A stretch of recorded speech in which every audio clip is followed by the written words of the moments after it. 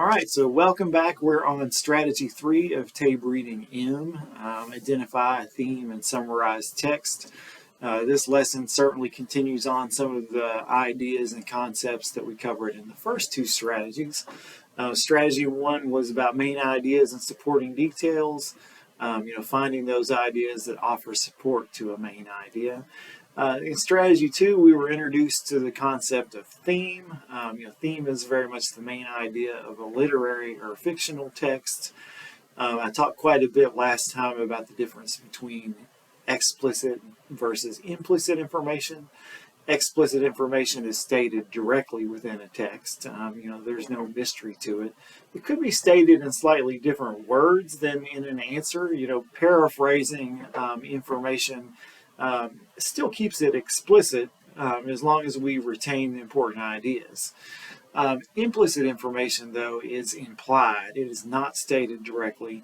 It requires inference to figure out. And of course, an inference is a conclusion that we draw from evidence. An inference is never stated directly within a text. But there are details that point us in the direction of a good inference, a conclusion drawn from evidence. Okay, so strategy 3 kind of continues on with this concept of theme, and we're going to deepen it a little bit in this lesson. We're primarily looking at literary texts. Those are fictional. Even though they may have a real-world feel to them in this book, they are stories that didn't really happen, that have characters, dialogue, setting, and that sort of thing. We differentiate these from informational texts, the purpose of which is primarily to deliver information, to teach us something. But of course, literary works are meant to teach us something too, and the theme is often what we call the lesson or sort of the message of a literary text. All right, I'm going to dive into the intro paragraph here, and some of this is review of some things that I talked about in the last video. A theme is the central or main idea or subject of a fictional text. It is almost always implicit, meaning a reader must infer or figure out what the theme is based on details within the text. A summary, on the other hand, is a brief description of the key elements in a text. It is explicit, meaning a reader simply retells the most important details about the story. Creating a summary can be a helpful tool for inferring a theme. Read the short passage below and review the chart describing the summary and theme. All right, so we had a reminder there of explicit versus implicit information. We were told that the theme, the main idea of a story, is most of the time going to be implicit. We have to do some thinking to get there. But we also had this new term of summary. It may not be completely new to you, but when we talk about summarizing literary works, we're doing it for a very specific reason. And in this case, we're summarizing literary works in an attempt to understand the theme. So if we don't know what happens in the story, then it's pretty hard for us to come to any kind of conclusion about what the theme is. So a summary can be a pretty useful tool for making sure that we've understood what happens in the story, that the events are in the correct order, and that we're kind of seeing a likely theme that those events may point toward. And I think that'll become a little bit more clear as we look at this small example and we work to determine the theme. Okay, I'll read the passage. Carla looked up at the dark gray clouds hanging over the city. A rumble of thunder echoed through the streets. She turned to her running partner, Leah. "We should probably pick up the pace," she said. Leah smiled. She never worried about anything. "Don't worry, Carla, we'll be fine even if we get a little wet." As the women turned the corner, the sun began to peek through the clouds. "Look," Carla exclaimed in astonishment, "there's a rainbow." "See," Leah said, "I told you we'd be fine. No need to worry." All right, short little story there, and really it's just a scene, but we can extract some theme from just a small little snippet of a story. So let's work through the chart and talk about kind of what's here. So a theme, as I've said, it's the main idea of a literary work. But like a main idea, it should focus on something that is big picture, a big idea, some universal truth about life. I'm already kind of starting to think about theme with this little passage, and it has been a while since I've looked at it. I'm not necessarily remembering what the theme is, but I'm thinking things like, it's always darkest before the dawn, that there are, negative things that cause us worry, and sometimes those things happen right before, good things happen. So it's never a good idea to lose hope. I'm kind of just sort of talking around the theme, but I'm already starting to think as I have read this passage about what kind of theme there might be. Okay, so here in this chart, we're reminded again that theme is implicit. It must be inferred. There's usually in a fictional story not going to be some sentence that says, this is the theme of the story. The one exception could be like fables that you were told when you were a child, like the tortoise and the hare, if you remember the race between the tortoise and the hare. And those stories are called fables, and at the end, the teller will say something like, and the moral of the story is, and I think the moral of the story in the tortoise and the hare is that slow and steady wins the race. But in our case, in the text that we're going to be reading, there will be no statement that tells you what the meaning of the story is. That's up to you to figure out. Okay, we're told that theme is developed with plot elements, and plot is what happens in a story.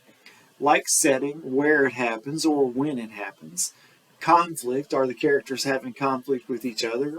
Is the character having inner conflict with himself or with herself? Is there conflict against some force of nature or some institution within the world?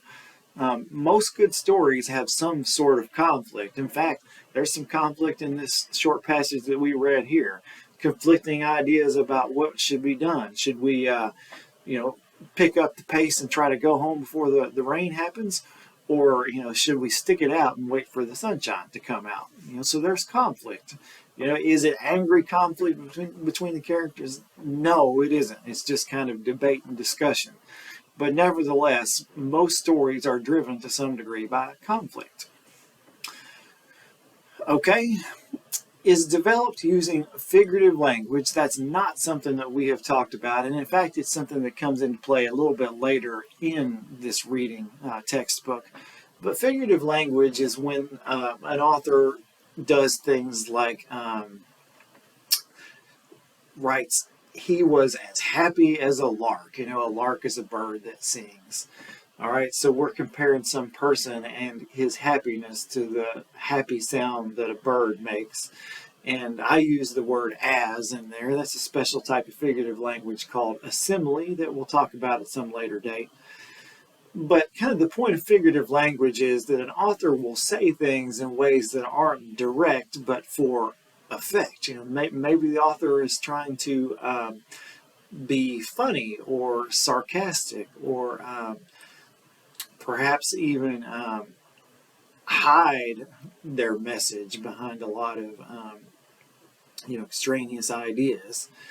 And it'll be your job to pull out the theme by looking at the figurative language, looking at point of view, like who's telling the story, and symbolism. Not something that we've talked about, and it's something that we'll get to on down the road. But authors typically put symbolism in their stories, so things within the story symbolize broader concepts, like maybe the color red represents love. Maybe the color red represents rage in a story. There's no list of what things have to symbolize, but authors often do put symbolism in stories to increase their effect and to more convincingly and completely communicate their theme. Okay, so that's what a theme is. So what's the theme of this particular passage? Well, I'll read it off. The theme of this story is that it's important to have hope in the face of fear. The dark clouds and thunder represent Carla's fear. See, there's some symbolism in there. And that's not too big of a stretch. And we often say things like, well, aren't you feeling cloudy today if somebody's kind of sad or feeling down? Or maybe we'll even be sarcastic, like, good morning, sunshine, when someone's feeling kind of down and antisocial. She tells her friend Leah that they should hurry. Leah tries to reassure Carla that they will be fine. She smiles and tells Carla not to worry. In the end, the sun comes out and a rainbow appears. The rainbow symbolizes hope. All right, so we worked all the way down to theme. You know, rainbow is kind of a traditional and typical symbol of hope. You know, I talked about the conflict in the story between Carla and Leah. You know, Carla wants to go home early because it's going to rain. Leah wants to stick it out and see if it doesn't rain. You know, the way in which the conflict is resolved, I think, helps us see the theme. You know, it is Leah's point of view that kind of wins out, that they stay out there and the sun comes out and hope arrives and the rainbow arrives in the form of hope, or hope arrives in the form of a rainbow, I should say. And there we have it. It's not until kind of this last sentence that this author has explicitly, directly stated the theme of the story. Okay, in the summary. You know, summary should be short and to the point. A summary is a list of explicit details. It's simply kind of a breakdown of what happens in the story without your opinion, without a lot of useless details, but without leaving out the important details. Yeah, I know that's kind of a judgment call.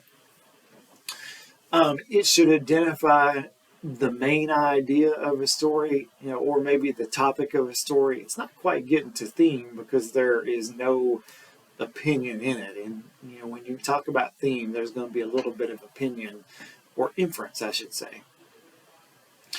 Uses details from the text to support the main idea. It follows a logical order. In other words, a summary should go in the order that the events of the story also proceed. So let's take a look at the example here. Carla and Leah are jogging when a storm comes up. Carla is worried, but Leah is hopeful.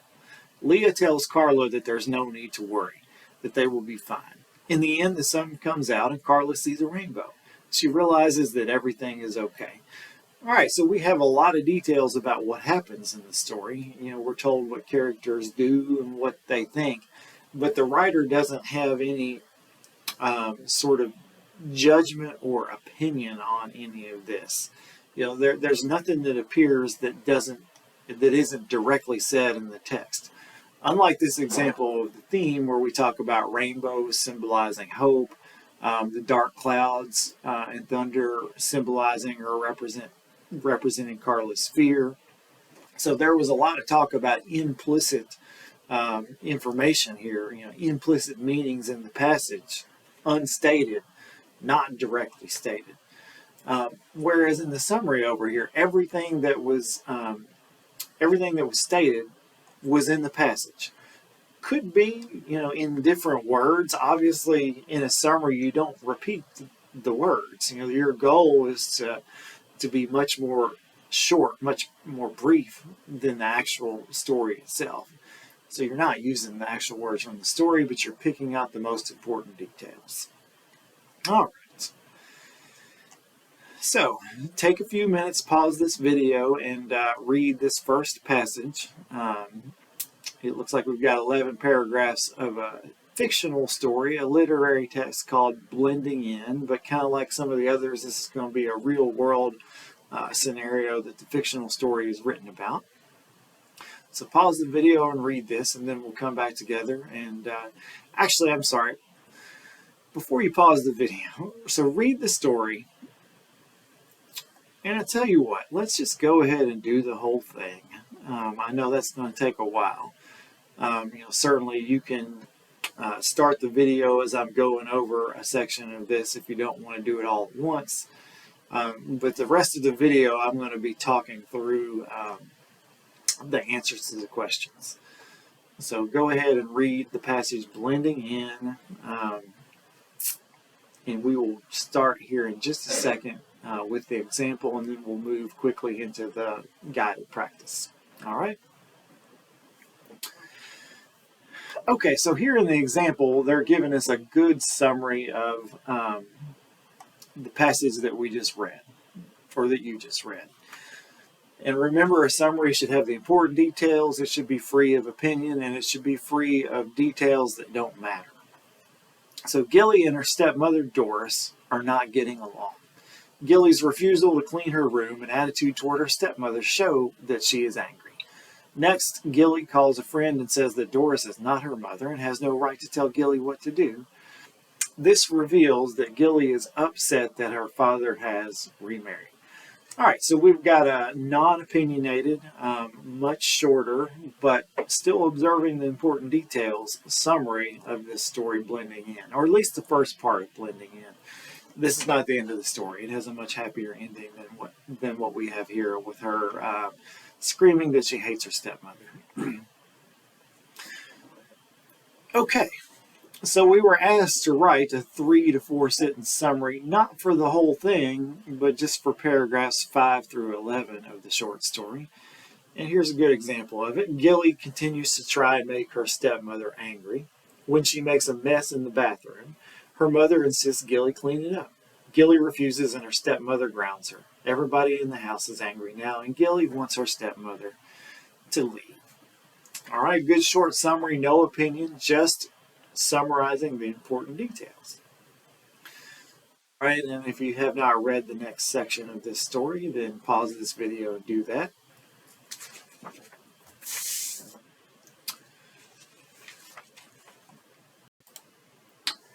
Okay, so starting here with number 2. In one sentence, summarize Doris's feelings about the situation. So here's what I put, that she feels frustrated and hurt by her difficulties with Gilly. Frustrated, hurt, I think those are the best words. She's not enraged to the point of giving up on putting this family together, but very frustrated and very hurt, especially when Gilly makes up the lie about her having an affair. Okay, so that kind of is a good segue to the next question. What motivates Gilly to lie to her father about Doris? Well, the top reason was on the previous, on this page where Doris grounds Gilly, and we have this, they'll be sorry, she's so gone, I hate her. But so the grounding seems to be the primary motivation for Gilly making up the story about Doris. What's the theme of this passage? Well, here's what I have. That blending a family presents challenges that must be met with patience and understanding. Doris definitely needed to be patient with her stepdaughter. Both she and Gilly needed to learn some understanding of where each other was coming from.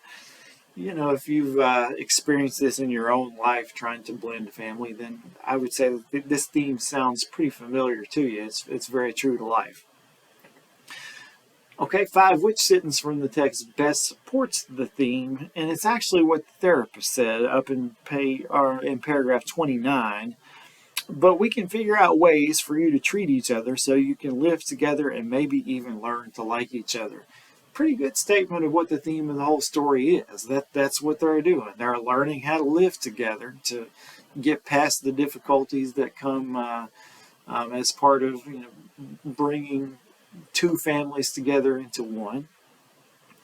What the therapist said gives a pretty good, actually explicit view of what the story is, directly stated. So with that line, we didn't have to do a whole lot of work to get from the statement to the theme. Sometimes it's not that clear cut. Okay, and then for the next group of questions here, like the last 3, we have a new passage. It's about Alberto Rodriguez and his love of gardening and how he developed it from his grandmother. So for 6, we're asked which is the best summary of the story. And it's B. We have the important details here, that it's his father, I think I said grandfather, but it's his father that gives him a passion for gardening. He carries it throughout his life, and then he learns that at the end of this experience, that doing what you love is more important than anything else. And at this point, we're starting to kind of point towards a theme.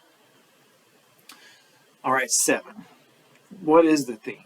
Well, how about D? It is important to do what you love. We kind of got there through the summary. If you look at what a good summary does, it gets us almost to the point of the theme. We have some of the same words, the same idea. We're just not stating it quite as a theme yet. But in D, it is important to do what you love. We have the theme. In part B, that goes along with it, is also D. His happiest days are spent teaching his 8-year-old granddaughter how to plant roses. You know, it's come full circle. He is doing with his granddaughter what his father did with him, and sort of passing on this passion for gardening to her. Um, thus demonstrating that Alberto, his life was improved by this knowledge of gardening and understanding that he loved it and then sharing it with someone else. Okay, that ends strategy 3. That was not too long of a lesson, not a lot to do there. But theme is certainly an important concept that you'll need to remember for the TABE and the GED. Remember, theme is the main idea of a literary text. It'll be supported by what the characters do in the story, what they say, what happens to them. And if you're struggling to develop, to come up with a theme, summarizing the passage, just listing the events that happen, and how everything turns out, the results, can go a long way towards getting you to theme. Kind of like in the example on the first page where there was a debate over, should we go in early before the rain or should we stay out and wait for the rain to be over?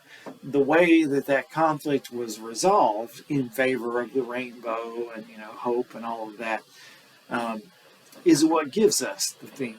Had it gone the other way, had it turned out to be rainy, then the theme might have been something like, well, be cautious and listen to your instincts if you think you should go home early, something like that.